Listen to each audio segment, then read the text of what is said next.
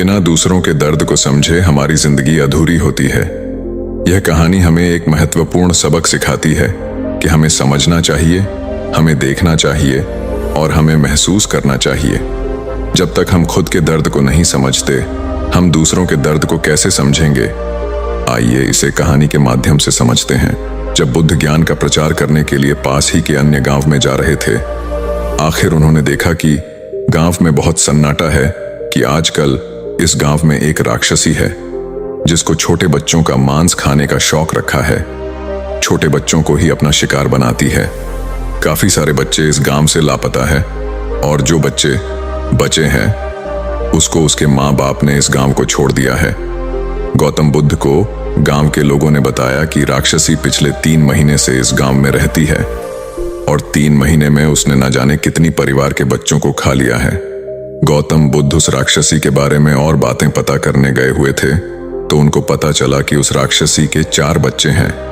तो गौतम बुद्ध उसकी चारों बच्चों को उठा ले आए और उठाकर एक गुप्त स्थान पर उसे छुपा दिया। राक्षसी जब आई तो उसने देखा कि उसके बच्चे नहीं हैं। वह बहुत ही ज्यादा गुस्सा हो गई। इधर उधर खोजने के बाद भी उसे कहीं नहीं मिला। वह पूरी तरह से उदास हो गई। जब राक्षसी अपने बच्चे को खोज रही थी तो बुद्ध उन्हें रास्ते में मिले जो कि ध्यान कर रहे थे। उसने पूछा, महात्मा, मेरे बच्चे गायब हैं। महात्मा, आप तो अंतर्यामी हैं। आप अपने दिव्या ऊर्जा से हमें देख के बताओगे कि मेरे बच्चे कहाँ पे हैं? क्या किसी जानवर ने नहीं खा लिया? पता नहीं क्यों मेरा मन बहुत उदास हो रहा है। इतना कहकर गौतम बुद्ध के चरणों में गिरकर जोर जोर से रोने लगी। गौतम बुद्ध ने उसे समझाया, तुम्हारे बच्चे एक दिन से गायब हैं। तुम उनके लिए इतनी बेताब हो, तुम जोर जोर से रो रही हो, लेकिन मैंने सुना है कि तुम पिछले 3 महीनों में न जाने कितनी बच्चों को खा लिया। क्या तुमने उनकी माँ बाप के दर्द को कभी समझा कि वह अपना दुख किसे बताते होंगे?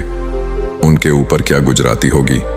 तब जाकर राक्षसी दूसरों को दिया गया दुख और आपकी वजह से दूसरों की आंखों से निकले गया आंसू अक्सर आपकी बर्बादी का वजह बनता है। और जो इस बात को नहीं समझ पाते, आखिर में एक दिन वो बहुत पछताते हैं।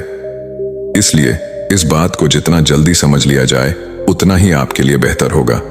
बाकी ऐसी कहानी के लिए इस चैनल को सब्सक्राइब कर लें। तब तक मिलते हैं एक और कहानी के साथ अगली वीडियो।